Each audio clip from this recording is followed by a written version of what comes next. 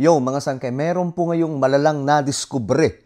Ito po ay mas malala pa po sa mga diskaya. Nako, pag-usapan po natin ito mga sangkay dahil nakakalula na po itong mga nalalantad ngayon na mga buwaya. Anyway, bago tayo magtuloy-tuloy sa mga hindi pa po dyan nakakapag-subscribe sa ating YouTube channel, makikita nyo po yung subscribe button sa baba ng video na to. I-click nyo lamang po yung subscribe, i-click ang bell, at i-click nyo po yung all. Sa mga nanonood naman po sa Facebook, syempre, i-follow nyo po yung ating Facebook page. Okay guys, eto nga po, pag-usapan po natin, itong sinasabing malala pa raw po mga sangkay sa mga diskaya.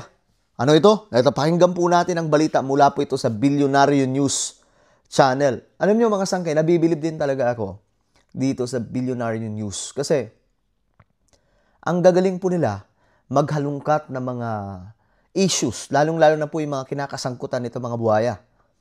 Ngayon mga sangkay, ito na naman, may bago na naman po silang pasabog. At tingnan po natin. May tuturing daw na key player sa flood control scandal, si CWS Party List Representative Edwin Gardiola. Isa na naman pong opisyal, representative mga sangkay, ayon po di umano dito sa Bilyonaryo News Channel. Ayon kay dating mataas na kahoy Batangas Mayor J. Ilagan, ginawa raw kasi ng gatasan ang maliit na bayan para sa bilyon-bilyon pisong proyekto. Ito na. Daw dito ang mga umano'y daang milyong pisong property na ipinatayo nito matapos maupo sa Kongreso. Ayan na. Narito ang exclusive Agenda Weekend Report ni Joash Malimbat. Natatawa lang ako pag Ito mga sangkay, ito po yung nag-reveal na ito. Ito pong si former Mayor Mataas na Kahoy Batangas na si J. Ilagan.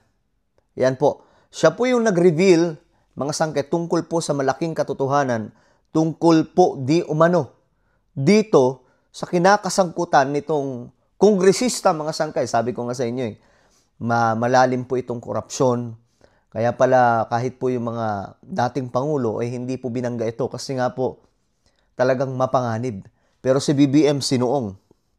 sabing si Diskaya ay mayroong Narito ang exclusive Agenda Weekend Report ni Joash Malimbat. Natatawa lang ako pag sinasabing si Diskaya ay mayroong 42 sasakyan. Ganito kayaman si Diskaya. Si Diskaya, ganito lang si Diskaya.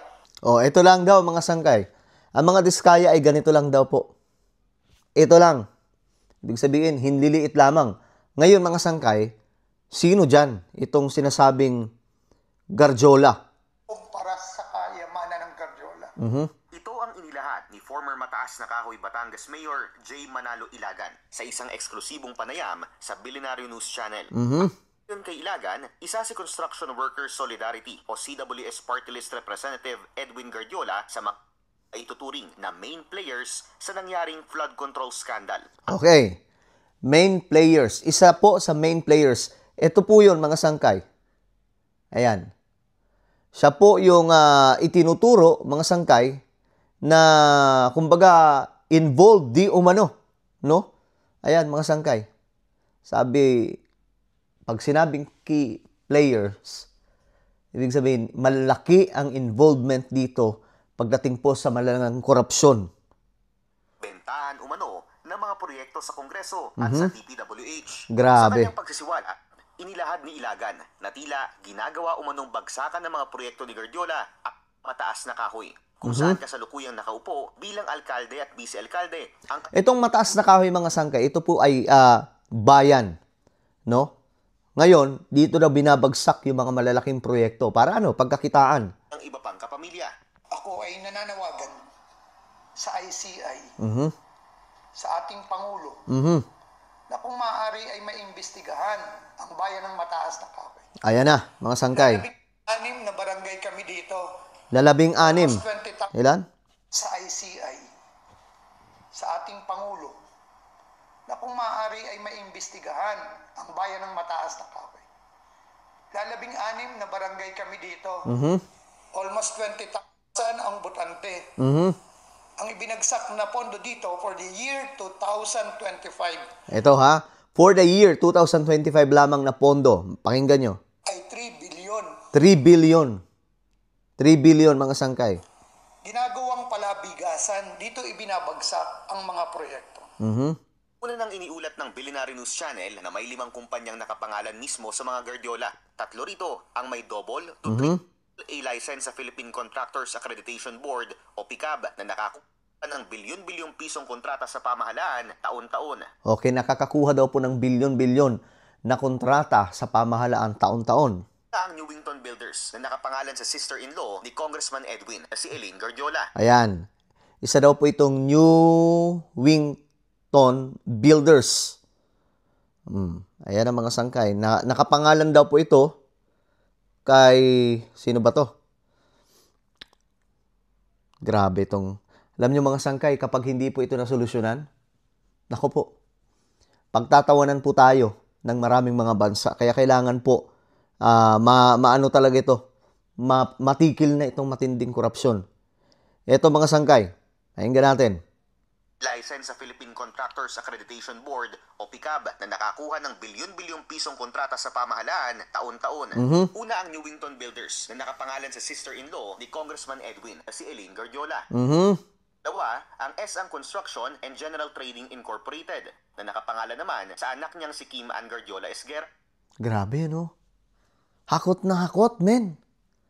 Ganun kalala, mga sangkay. Ikatlo ang Laurel Development Corporation na nakapangalan sa kapatid niya at kasalukuyang mataas na kahoy Vice Mayor, Erel Guardiola. Grabe. So sila lang to. 3 kumpanyang ito nakapagtala ng 30.1 billion pesos worth of DPWH contracts mula nang maupo si Guardiola sa Kongreso. Okay. Sa 3 companies, nakapagtala ng 30 billion. Pambihira. Ganyang kalaki, mga sangkay. Ayon kay Guardiola, wala na umano siyang financial interest sa mga nasabing kumpanya. Lumapit din sa amin ang isang former high government official sa Batangas na hindi magpakilala. Aniya, personal na raw siyang kinausap ni Guardiola na mag-request umano ng kahit na anong gusto niyang proyekto para sa kanyang nasasakupan. Ako. Ang sabi raw sa kanya ni Guardiola na ang bahalang maglakad nito para maipasok sa National Expenditure Program o Kami na ang bahalang maglakad nito, pambihira. ng DPWH. Una na rin inuulat ng Billionaire News Channel ang umano'y massive property ni Guardiola sa mataas na kahoy. Ayun na. Ito yung mga massive properties. Huwag magkatapat na property ito sa kahabaan ng Barangay Kalingatan. Kung titingnan ang property sa Google Earth, kita ang isang malaking golf course sa loob at isang mahabang kalsada na kumukonekta sa CWS compound. Grabe. So, ganyan mga sangkay yung properties di umano. Ito ang isang helipad, isang bagay na kinumpirma sa amin ni Ilagan. Sa pagpasok mo, may receiving area sila. Grabe. Tapos susunduin ka ng golf cart, daan ka sa tunnel. During that time, ako'y lumalaban sa kanya. 42 na sports car. Grabe. Almost 70 ang SUV. Andun sa loob, naka-aircon. Bakit ko nasabi? Kasi nakakapasok ako doon. Pag may activity ang Rotary, ilang beses din niya akong na-invite doon. Napakaraming sasakyan nun. Dahil ang mga sasakyan niya naka-aircon. Nako. Walang Sa parking area, naka-aircon. sabi yung kay Diskaya, ilang piraso yung Mula na maupo si Guardiola sa Kongreso, kapansin-pansin din ang tila pagdami ng kanyang assets. 3 ang nakalap naming upcoming properties ng kongresista sa ilang pinaka-highly exclusive membership club sa bansa. Grabe. Narito ang kanyang mahigit 3,000 square meter property umano sa Club Punta Fuego sa Nasugbu, Batangas. Ayan na. Ayon sa ilang realty sites, aabot sa 90,000 hanggang 130,000 pesos per square meter. Ang isang Grabe. property sa lugar kung saan nakatirik ang umano'y bahay ng kongresista. Nakuha namin ang impormasyon sa ilang mga nagrereklamong residente sa lugar dahil sa pagsisira umano ng kanilang mga kalsada para power lines ng property ni Guardiola na hindi naman daw ginawa ng ibang mga residente sa lugar. Okay. Tanging si Guardiola at isang ultra-bilyonaryo homeowner sa Punta Fuego lamang daw ang gumawa nito. Walang palasyo. Ang itsura ng property mula sa labas na personal naming nabisita. Ayon pa sa residente, way above the residential scale ang electrical power setup ng property. Spotted kasi ang isang 300 kilovolt amperes na generator set nito. Ibig sabihin, mas mataas ng ilang libong porsyento ang ikokonsumo nitong kuryente kumpara sa isang middle income home na kumukonsumo lamang ng 8 to 12 kilovolt amperes. Ayon sa mga residente, bottleneck ang power source ng Punta Fuego na tila kinukulang nga rin daw minsan. Kaya mas Grabe. malalang power outages daw ang inaasahan nila oras na matapos ang construction ng property. Bukod sa Punta Fuego, nagpadala rin sa amin ng mga litrato ang isang mapagkakatiwalaang source ng upcoming property umano ni Guardiola sa Malarayat Golf and Country Club. Isang property na inilarawan sa amin ni Mayor Ilagan na tila malamol ang laki. Grabe. Isang property rin sa South Forks Ang Park lala, na mga sangkay. sa Newport Coast Holding Company kung saan anak ni Guardiola ang nakalagay raw na signatory. Una nang iniulat ng Philippine Center for Investigative Journalism ang mga kumpanya ni Guardiola noong panahon pa lang ni former President Gloria Arroyo. Dito siya itinanghal na top contractor ng administrasyon. Nasangkot siya noon sa isang 2014 congressional probe ng patuklasan ni nooy DPWH Secretary Rogelio Singson na tila may untraceable 30 billion pesos na nawap ng pondo sa ahensya. Ilang beses nang sinubukan ng Billionaire News Channel na kunin ang panig ni Congressman Guardiola pero hindi ito sumasagot sa aming mga mensahe. Bukas pa rin ang Billionaire News Channel. Okay.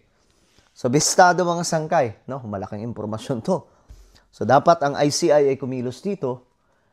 Maging ang presidente po natin. I'm sure naman mga sangkay, gagawan po ito ng pamamaraan. Kasi si PBBM ay seryoso sa pagkalampag ngayon sa mga buhaya. At kung mapapatunayan, yari, mga sangkay. So, ibig sabihin, gano'n nakatagal ang Pilipinas pinaglalaruan ng mga buhaya, pambihira. Well, ano po ang inyong opinion, mga sangkay? Tingin nyo, ito ba ang mas malala kaysa sa mga diskaya? Comment down below. Huwag nyo pong kailimutan na i-subscribe yung ating YouTube channel.